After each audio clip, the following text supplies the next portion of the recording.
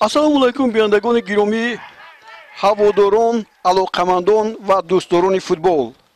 пеш аз ҳама шуморо бо оғоз ёфтани мавсими соли 2018 футболи Тоҷикистон дар Лиги Олӣ табрику муборакбод мегӯем ва ҳоло гузориши худро аз варзишгоҳи марказии шаҳри Ҳисор аз вохӯрии байни дастаҳои Истиқлоли Душанбе ва дастаи Хатлон шурӯъ мекунем.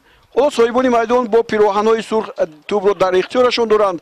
меҳмонон бо пироҳанҳои сафед дар майдон ҳунарнамоӣ карда истоданд ва аввалин ҳуҷуми футболбозони дастаи Истиқлол ҳуҷум ҳанӯз идома дорад ва биёед бо ҳайати дастаҳо дӯстони гиромӣ шинос мешавем ва баъдан аз ҷараёни ин вохӯрӣ бо ҳам дидан хоҳем кард. ҳоло ҳуҷуми дастаи Истиқлол аз канори чапи майдон Давлатмир хуб ба пеш меравад ва инҷо бояд гуфт ки дар ҳақиқат чемпиони ҳафткаратаи Тоҷикистон дастаи Истиқлоли Душанбе ки аллакай ба мавсими имсола хеле тайёрӣ пухта дидааст ва аллакай бозиҳои расмӣ ҳам гузаронидааст. фикр мекунам ки дар ин бозӣ бартари ба соҳиби бартарӣ хоҳад буд, аммо биёед якҷоя тамошо мекунем ва баъд дар ин бора хоҳем гуфт. дастаи Хатлон дар бозии имрӯза бо чунин ҳайат ба майдон омадааст. дарвозабон рақами 16 Фатҳулло Бобоев. дастаи Хатлон бо пироҳанҳои сафед аст.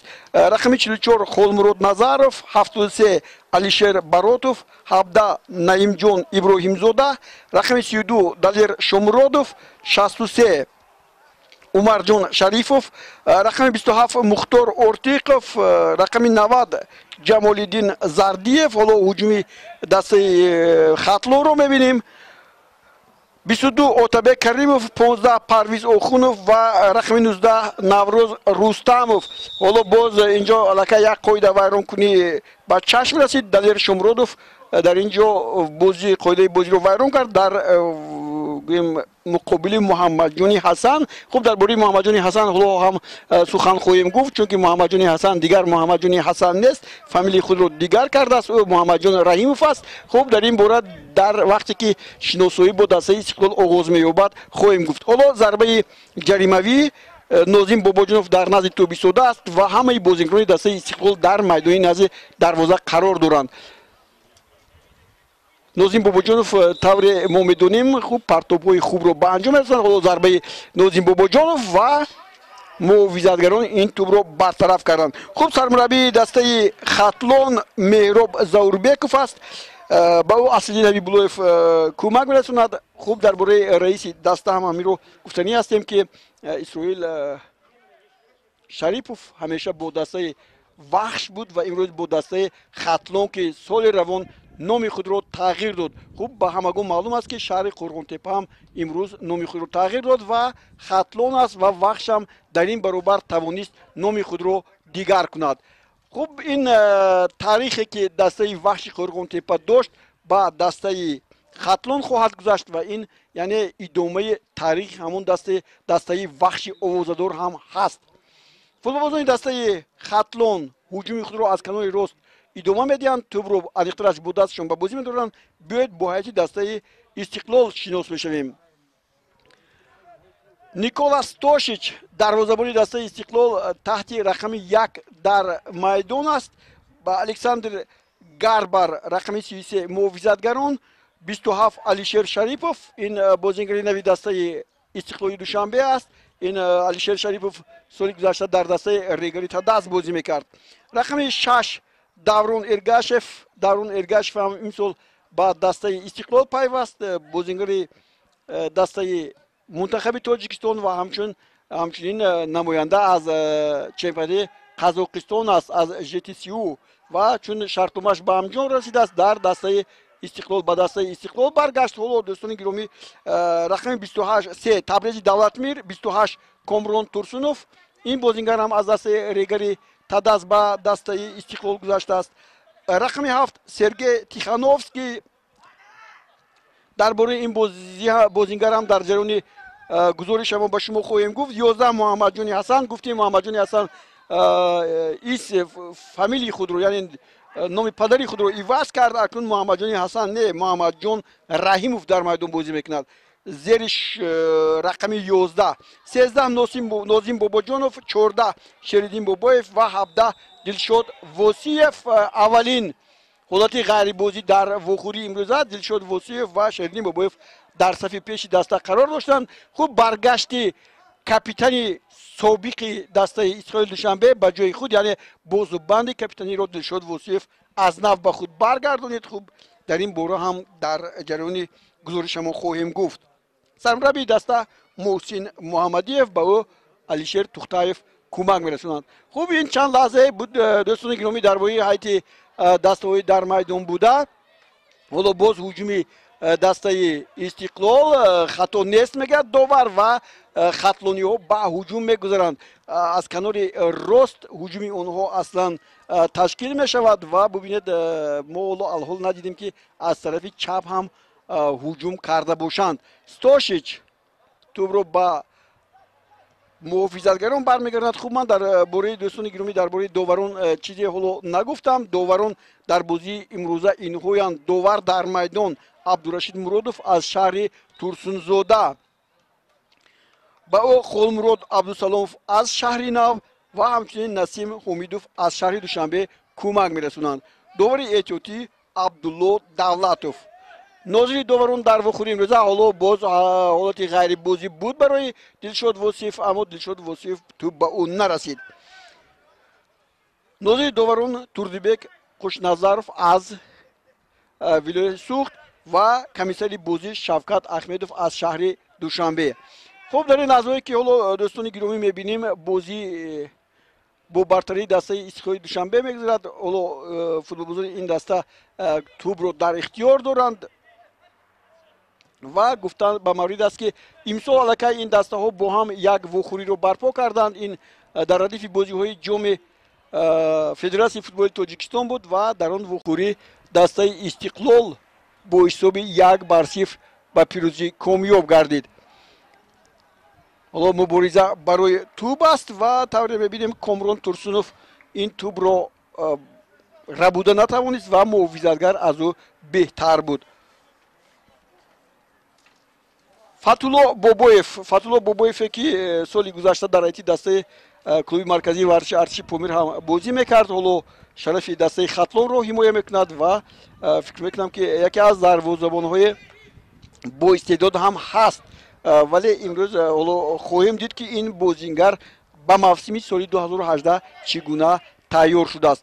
ҳуҷуми хатлон дар марказ хато аз ҷониби муҳофизатгар Сергей Тихановский ва ҳоло ин хати миёни дастаи Истиқлол буд ва футболбозони дастаи хатлон аввалин зарбаи ҷаримавиро аз ин ҷо ба иҷро мерасонанд ва инҷо мебинем Холмурод Назаров дар дастаҳои зиёде бозӣ кардааст. ӯ дар дастаи Кӯктоши ноҳияи Рӯдакӣ ҳам ҳузур дошт. ҳоло ҳуҷуми дастаи хатлон бисёр Отабек Каримов бисёр як партофти хуб буд ба Наврӯз Рустамов ва як ҳолати дигар аммо дар ҳолати ғайрибозӣ эълон мекунад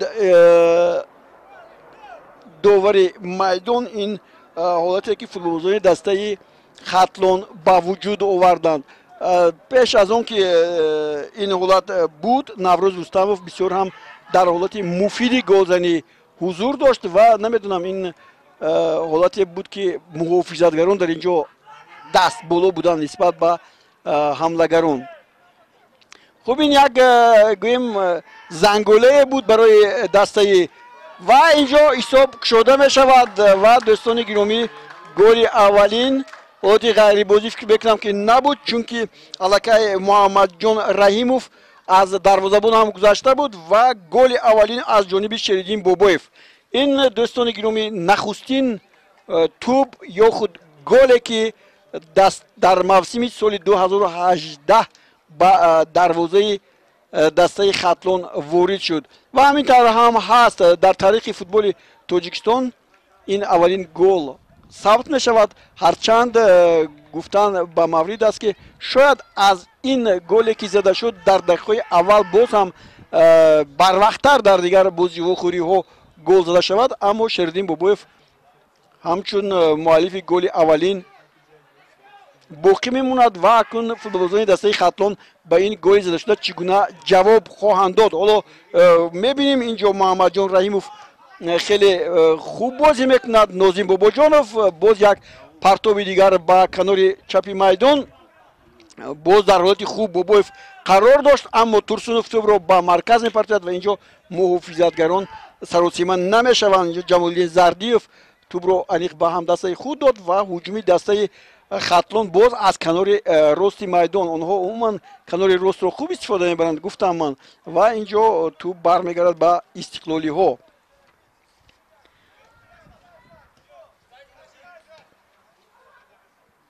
дар ҳолати дастаи истиқлол тавре ман ба шумо гуфтам бозингарони навз хеле зиёд ҳастанд, аз ҷумла ҳоло Алишер Шарипов ки имсол ихтиёр кард ба дастаи истиқлол гузарад. ҳуҷуми Наврӯз Рустамов 3 нафар буданд ва инҷо Сергей Тихановский бисёр ҳам моҳирона ин тӯбро гирифт. як кӯшише кард, вале ҳуҷум Отабек ро зада аз пой меафтонанд, аммо Отабек Каримовро довар ки хеле наздик буд ин ҳолатро ба инобат нагирифт, яъне қоидаи бозӣ вайрон нашудааст. Сергей Тихановский боз як партоби сахт ба пеш, инҷо касе нест. ҳуҷуми хатлониҳо Отабек Каримов ҳоло бо тӯб аст, ба пеш меравад аз марказ Умарҷон Шаривов, боз Отабек ва бибинед 4 нафар футболбозони дастаи Хатлон хеле хуб ба пеш мераванд. Наврӯз Рустамов, вале Даврон Эргашев маҳораташ баландтар аст. бозингаре ки дар ҳам дастаи мунтахаби Тоҷикистон бозӣ мекунад ва ҳам дар дастаҳои хориҷи кишвар бозӣ кардааст, таҷрибаи кофӣ дорад ва ин таҷрибааш ба ӯ имкон медиҳад ки дар ин бозӣ нисбат ба ҳарифон, ба ҳамлагарон бартарӣ дошта бошад. хуб алҳол чунки оғози чемпионати Тоҷикистон ҳаст, мову шумо баъзе камбудиҳоро барои худ эҳсос мекунем, ин ҳам барои мураббиён. вале тавре ман ба шумо гуфтам дастаи Истиқлоли Душанбе аллакай дар мавсими имсола соҳиби ду ҷом шуд, ҷоми Федератсияи футболи Тоҷикистон ва ҳамчунин суперҷоми Тоҷикистон, яъне оғози хуб барои дастаи Истиқлоли Душанбе ва дар бозиҳои байналмилалӣ ҳам ки дар ин майдон маҳз дастаи Истиқлол бо натиҷаи 1-0 алайи Туркманистонро дар инҷо мағлуб кард ва ҳоло боз бубинед як прессинг аз ҷониби дастаи Хатлон эҳсос мешавад ва тӯб аз майдон берун мешавад. инҷо Табрези Давлатмир дар идора кардани тӯб каме саросема шуд ва тӯб аз майдон берун рафт, ҳолон ки касе набуд ки ба ӯ хабар расонида бошад. боз Ҷамолиддин Зардиев, Отабек Каримов ва ин навбат маҳз амин Сергей Тихановский қоидаи бозиро вайрон мекунад. Комрон Турсунов ин навбат боз халал мерасонад, боз ҳуҷум аз канори рост ва бисёр хуб бозӣ мекунанд бозигарони дастаи Хатлон. тавре пеш аз вохӯрӣ мо бо роҳбари ин даста, ҳамчунин роҳбари Федератсияи футболи Хатлон Исроил Шарипов суҳбат доштем. дар он ҷо ба мо баён карданд ки дар бозии имрӯза чанд нафар бозигарони дастаи ваҳш ки мавсим оғоз нашуда аллакай лад бардоштанд ва ҳолати ғайрибозӣ инҷо барои боз Муҳаммадҷон Раҳимов. бозӣ оғоз нашуда аллакай чанд нафар бозигарони дастаи Хатлон лад бардоштанд ва имрӯз дар бозӣ иштирок карда наметавонанд. инҳо Бахтиёр Қаландаров, Далер Умаров, Худойдод Узоқов, ҳамчунин Аваз Қамчинов. ҳайти дастаи Хатлон ҳам тағйироти зиёд дорад. дар ин даста бисёр бозигарон, аз ҷумла ман аллакай ба шумо гуфтам ки бисёр бо суръат бозӣ мекунанд. Шарипов ҳоло хеле хуб бозӣ мекунад, 2 нафарро моҳирона филе медиҳад, аммо қоидаи бозиро дар инҷо вайрон мекунанд ва маҳз ҳамун бозингари Истиқлол ки мо Даврон Эргашевро ҳоло таърифу тавсиф кардем, ӯ дар муқобили Умарҷон Шарипов қоидаи бозиро вайрон кард.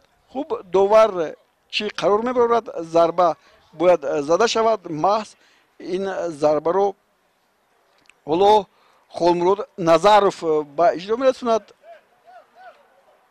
ва Холмурод Назаровро гуфтем ки аз дастаи Кӯктоши Ноҳияи Рӯдакӣ дар ҳайати он даста ҳам бозӣ кардааст. имсол дар дастаи Хатлон ҳунарнамоӣ мекунад.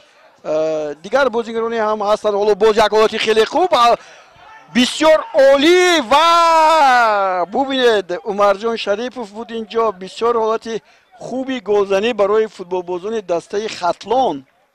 چنین حالت ها در بازی با دسته استقلال کم رخ میدهند، ولی بود فرصت که باز یک پرتوفتی عالی رو به اجرا رسوندند. اینجا نوروز رستمov بود میتوانست این توپ رو به سوی دروازه نهد. حالا اوتابک کریمov ضربه میزند. بسیار با صورت تیز سرگی تیخانوفسکی رحیموف. خوب این حالت برطرف کرده شد، یعنی یک فشاری که برای دسته استقلال رسانیده میشد الکی برطرف شد و فوتبالبازان دسته استقلال اکنون آرام بازی میکنند و باید دوستان گرامی گفت که در بازی دوری جام فدراسیون فوتبال تاجیکستان که محض دسته‌های استقلال با دسته خطلان بازی کرده بودند، گفتم من حساب 1-0 بود و در آن وخوری یگانه گل از جانب محض همین مؤلف گل اولی امروزه بولبویف شریدین بولبویف زده شد در دقیقه 51 و در حیث دسته ها تغییرات کامل وجود دارد. امروز در بازی در حیث دسته استقلال دوشنبه من فکر میکنم که سرمربی این دسته محسن محمدیف برای یک نوع دمگیری بازیگران شرایط مهیا کرده است. امروز در حیث دسته استقلال سیاوش اسوروف، فتحالله فتحاللهیف، احتم نظروف و رومیش جلیلوف با ارتیم برانوفسکی استراحت میکنند. اینچنین حملگر نیکولای زنیکو که در این دسته الکی خود رو نشان داد و مؤلف گل گفتم ممکن است گل های دسته استقلال هم شده است در موسم امسال. حالا با بازیگری دسته خطلان کمک رسانیده شد. پرویز آخونov بود که لد برداشت و حالا توپ رو ماست پرویز آخونov با بازی رو باید رود. نه، اینجا توپ رو برمیگردونند. عمرجان شریفov توپ رو با بازیگران دسته استقلال برگردوند، زیرا که در بعد لد برداشتن توپ از میدان بیرون شده بود. تبریز دولتمیر با علیشیر شریفov در میدان امروز دو نفر علیشیرها هستند. محمد جان رحیموف توپ رو خیلی خوب گرفتند.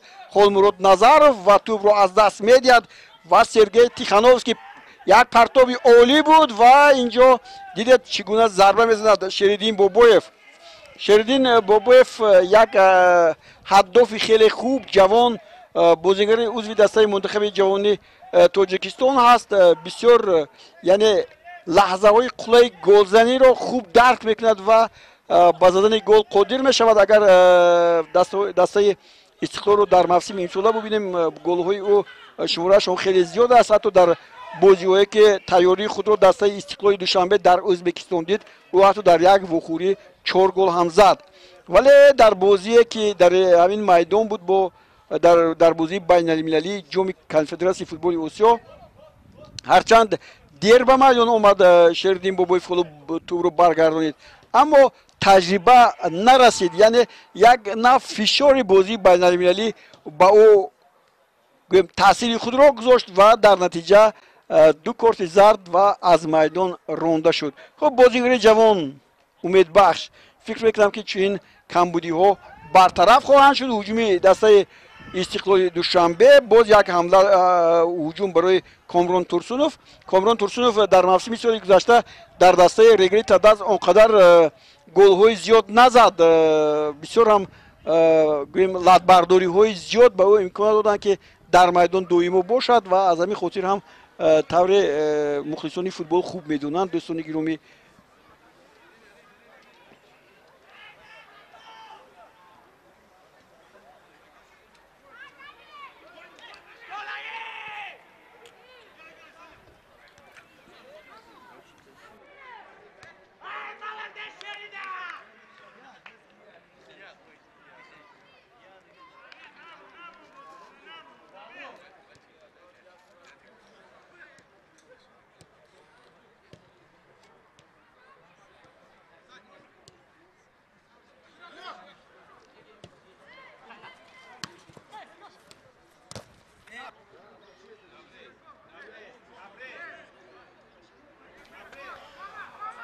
دوستان گرامی گزارش خود را از ورزشگاه مرکزی شهر حصار ادامه میدیم. حساب تغییر نیافته است، 1-0 در صف پیش همان صاحبان میدان دسته استقلال دوشنبه چمپیون 7 کرته تاجیکستان و فشار این دسته به سوی دروازه خطلانی ها خیلی زیاد میشد. حالا باز هجومی این دسته ولی دلشاد واسیف در حالت غیر بازی قرار دارد و این را حالا کمک داور نشون میدهد که دلشاد واسیف بعد پرتافت خوبی شریدین بابویف در حالت غیر بازی قرار داشت. و دوستان گرامی من طوری به شما گفتم چون نگاه کردم بازی دسته استقلال دوشنبه و دسته خطلان در بازی پیشینه‌ای که داشتند و اون با حساب 1-0 با مظفریت دسته استقلال جنببست شد. دقیقه 51 در حقیقت شریدین بابویف گل یگانه را به ثمر رسانیده بود و در نتیجه دسته اولوی بسیار هم عالی بازی میکند. محمد جان رحیموف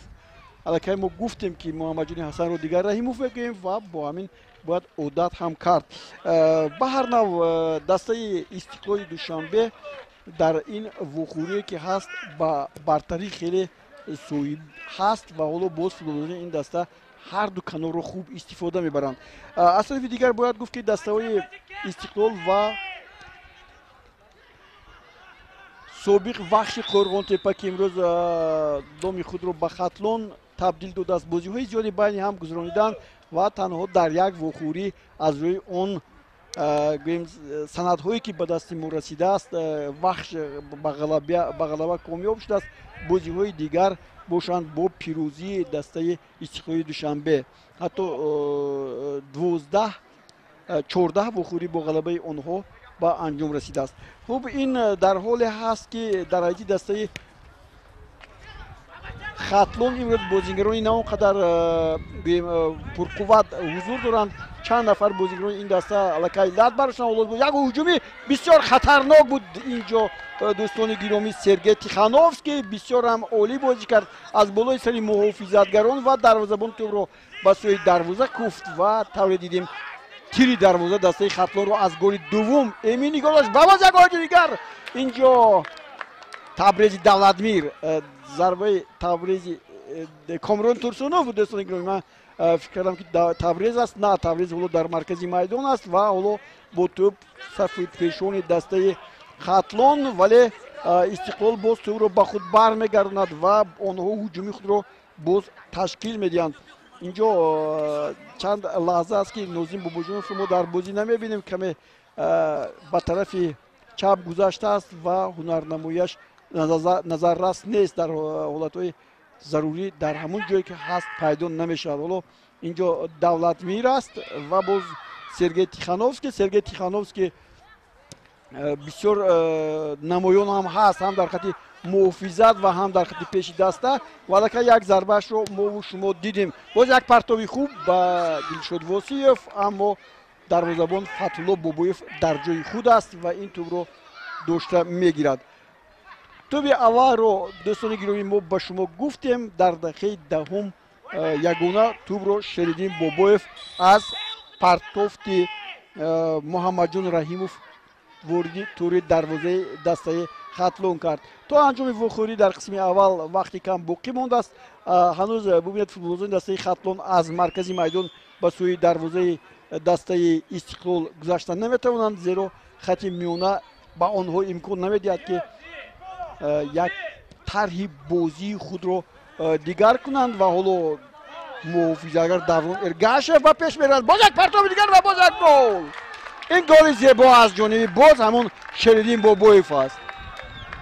شریدین بابویف گل عالی زد دوستان گرامی در حقیقت موسم سال 2018 عموما در دسته استقلال دوشنبه شماره گلزن‌ها خیلی زیاد هستند و در بین نشانزن‌ها بیشتر دسته استقلال بعد از اینکه به لیگ عالی برآمد جایگیر شده است. ما می‌دونیم منوچهر جلیلوف، دلشاد واسیف، باز یک بازیگری دیگر این جایگزینی همون منوچهر جلیلوف است که میتواند این سال شاید نشانزن بهترین چمپیون تاجیکستان هم شود. شریدین بابویف عضو دسته منتخب جوانان تاجیکستان و الکی ما در این باره گفتیم که در بازی بین المللی که به میدان اومد در جام کنفدراسیون فوتبال آسیا ба ӯ таҷриба нарасид ва зуд ду корти зар гирифту аз майдон ронда шуд ва ҳоло ҳисоби 2-0 дастаи Истиқлолро боз ҳам дар ин вохӯрӣ баранда мекунад ва фикр мекунам ки ин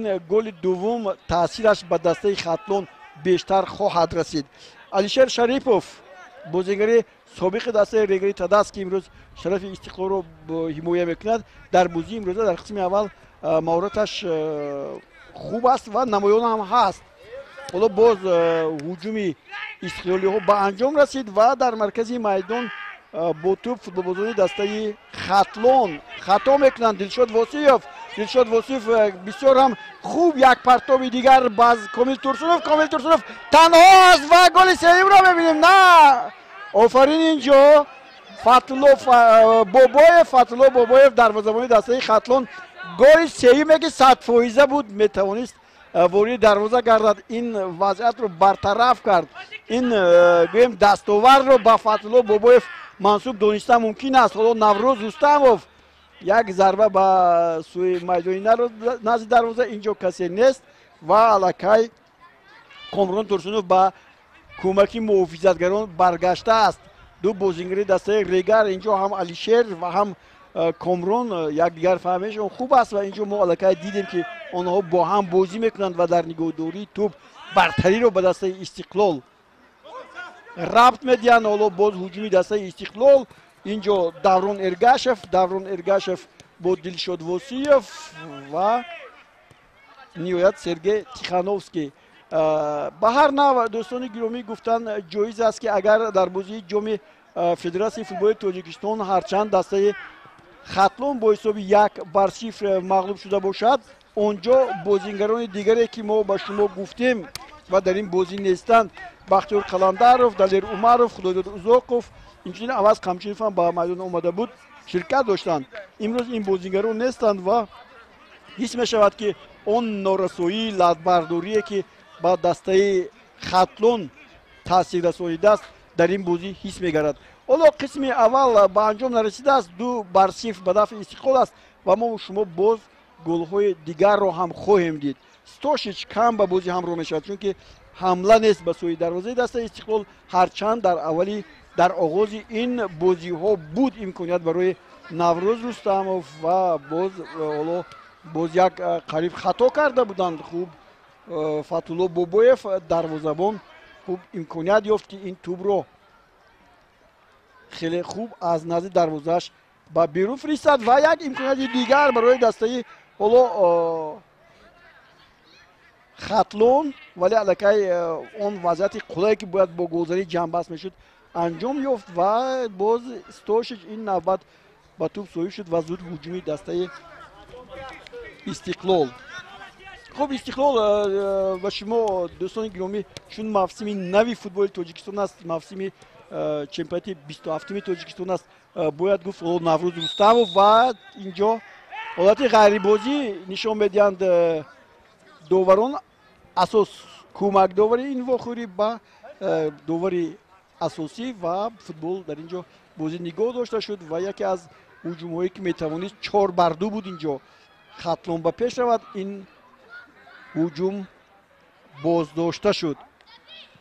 ба ҳар нав чемпиони Тоҷикистон аст дастаи Истиқлол, солҳои дарё дошта бошад 2010, 2011, 2014, 2015, 2016, 2017 ин даста ғолибиятро дар чемпионати Тоҷикистон ба даст овард ва ҳанӯз ҳам ҳарчанд қисми зиёди бозингарон аз даста рафтанд. имрӯз мо Манучер Ҷалиловро дар ин ҳаят намебинем, Нуриддин Давроновро намебинем, Девид Маутор ки солҳои охир хати ҳимояи дастаи Истиқлолро бо дараҷаи баланд тақвият бахшида буд. ҳоло боз ҳуҷуми дастаи Истиқлол ва боз як зарбаи сахт аз ҷониби Муҳаммадҷон Раҳимов, вале дарвозабон дар ҷояш аст. ҳуҷуми ҷавобии барқвор ташкил кардан мумкин аст, аммо футболбозони дастаи Хатлон ҳоло тӯбро ба якдигар мепартоянд ва сурати бозиро каме ҳам бошад бартараф мекунанд. Ҷамолиддин Зардиев инҷо қоидаи бозӣ вайрон мешавад ва футболбозони Хатлон ҳоло чӣ гуна ҳамагӣ 4 нафар بسیار خوب است که 4 نفر اولو به خطی پیش میان. زردیف باز با پیش می رود و باز اینجا یک قاعده ویران کنی دیگر. اتابه کریموف اینجا در نزدی در مرکز است و او رو 2 نفر نگهبانی میکنند و فوتبالزنی دسته خطلون باشن. از این نقطه ضربه خواهند زد. 5 نفر بازیگران در میدان نزد دروازه استقلال. چگونه یک پرتوب خیلی خوب نوروز رستموف و باز یک حالت دیگر اصولی قیچی رو به کار میبرد نوروز رستموف، ولی ضربهش توپ با پایش خوب نمیشیند، یعنی ضربهش اونقدر خوب به توپ نمیرسد و حالا باز دسته استقلال و آنها این بازی رو باز رشته‌اش رو به دست خود میگیرند و با پیش میروند. دلشاد واسیف ارگاشف توپ از نزد پای فوتبالبازی دسته خطلون به بیرون میرد. عمرجان شریفوف بود که توپ رو از دست داد و سرگئی تیخانوفسکی به شوپه امروز در حیطی دسته استقلال دوشنبه به نظری من چنین رسید که در قسم اول بازیگر بهترین همین تیخانوفسکی است که در هر مورد هم در خط حمایه و هم در خط پیش پیدا می شود. چون دوستان گرامی در باره الکساندر گاربر چند سخن نگفته بودیم، این در نزد پایش توپ است. این بازیگری هست که در جام کنفدراسیون فوتبال آسیا در حیطی دسته استقلال بازی کرده نمیتواند و